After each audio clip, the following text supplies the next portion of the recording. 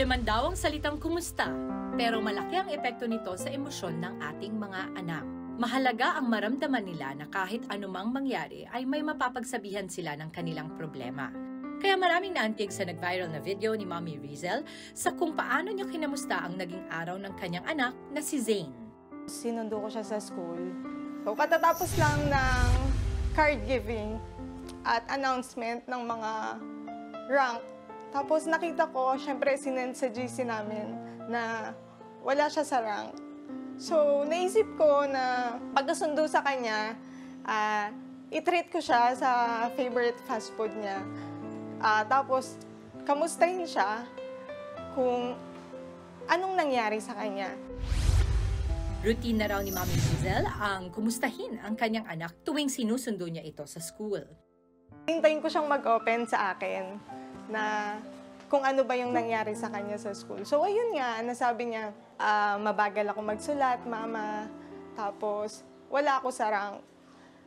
Yun, parang as a mother, gusto ko lang siyang bigyan ng assurance na okay lang sa akin kahit wala ka sa rank, wala kang honor. Bonus lang naman lahat ng yun eh. Gusto ko lang siya bigyan ng assurance na walang problema sa akin.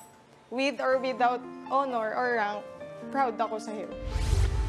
Sinisigurado naman ni Mommy Rizel na palagi silang may bonding moment ni Zane para nakakapagkwentuhan silang dalawa. Meron kaming mother and child me time. Yun yung parang time namin na makapag-usap kami at makapag-bonding. Dahil sa madalas na pangungumusta ni Mommy Rizel, mas naging open ang anak niya sa kanya. Nawawala yung takot sa kanya, nawawala yung sa pag-iisip niya na baka pagalitan ako ni mama, hindi ko na lang sasabihin. No? Pinapaunawa ko sa kanya na kahit magalit ako, mahal ko pa rin siya, dinidisiplina ko lang siya. Hindi rin daw pinipressure ni Mommy Rizel si Zane sa pag-aaral at sa iba pang gusto nitong gawin. Palagi ko na sinasabi sa kanya, mag-enjoy ka, tsaka ang importante sa akin, nag-aaral ka mabuti.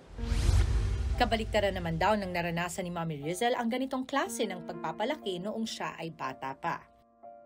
Yung ginagawa ko kay Zane ngayon na pangangamusta, yun yung hinahanap ko sa magulang ko. Kaya ngayon talaga promise ko sa sarili ko na kapag ako nagkaanak, gagawin ko yung best ko para, alam mo yun, yung maging close kami at maging open siya sa akin. Kaya kahit hindi raw makwento ang ating mga anak, maiging unahan na natin silang kumustahin.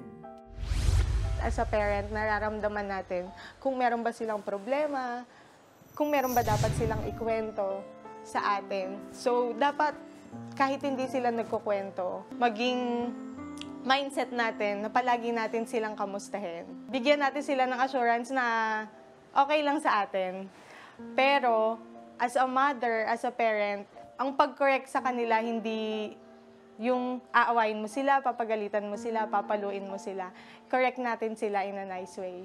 Para sa susunod na magkamali sila, hindi sila takot na magkwento, hindi sila takot na mag-open up sa atin.